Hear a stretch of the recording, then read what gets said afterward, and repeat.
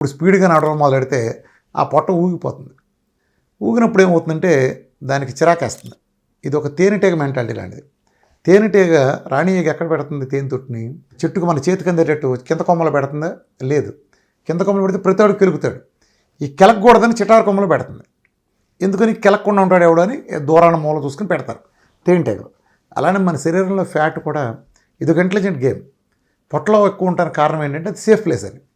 కానీ ఇప్పుడు వచ్చి ఊపేస్తా అంటే దాని చిరాకు పుట్టి ఏం చేస్తుందంటే అది ఫ్యాట్ అడ్జస్ట్మెంట్ చేసుకుని కొంత ఫ్యాట్ని థైస్లోకి కొంత ఫ్యాట్ని పైకి పంపించి ఆ పొట్ట దగ్గర ఎక్కువ లేకుండా చూసుకుంటుంది. దాంతో ఏమవుతుందంటే మనకు పొట్ట తగ్గిన ఫీలింగ్ వస్తుంది. నిజానికి అది ఫ్యాట్ కిందకి పైకి సర్దుకుంటుంది.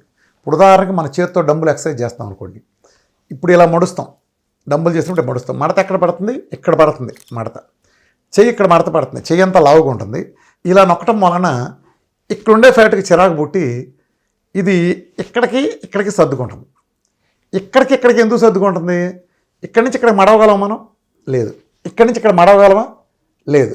కాబట్టి ఇక్కడుండే ఈ ఏరియా ఫ్యాట్ ఎక్కడైతే ఒత్తిడి పడుతుందో ఈ ఫ్యాట్ ఈ పైనకి ఇటు కిందకి వెళ్ళటం వలన ఇది లావ్ అవ్వటం, ఇది తగ్గటం వలన మనకు మంచి షేప్ లాగా ఏర్పడుతుంది. దాన్నే మనం మజిల్ బిల్డింగ్, మంచి పైలవానరా, జిమ్ బాడీరా బాగా అంటూ ఉంటారు. అదే ఇది. నిజానికి అదేం లేదు. ఈ ఫ్యాట్ సర్దుకుందంతే, తొక్క అక్కడేం కొత్తది రాలా పెట్టలా. ఇది అర్థమైందా? నిజంగా వెయిట్ లాస్ బాగా ఎక్సర్సైజ్ చేసిన వాడు తగ్గేటట్టయితే శివర్జనగర్ లాంటి వాళ్ళు గుండు సుదిలా మారిపోయేవాళ్ళు వాళ్ళు చేసేంత హెవీ ఎక్సర్సైజ్కి. సో కండలం ఇంకా ప్రోటీన్ పెరిగి ఇంకా పెరుగుతుందే తప్ప దాంట్లో ఏమీ మనకు అవ్వదు. షేప్ అయితే ఉంటుంది అంతవరకే, వెయిట్ లాస్ అవ్వదు. అయినా పర్మనెంట్ కాదు అది.